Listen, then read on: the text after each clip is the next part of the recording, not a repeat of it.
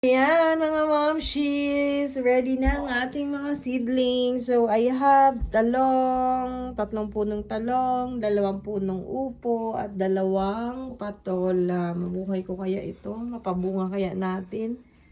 At ito ang ating, yan, sayote, 3 puno.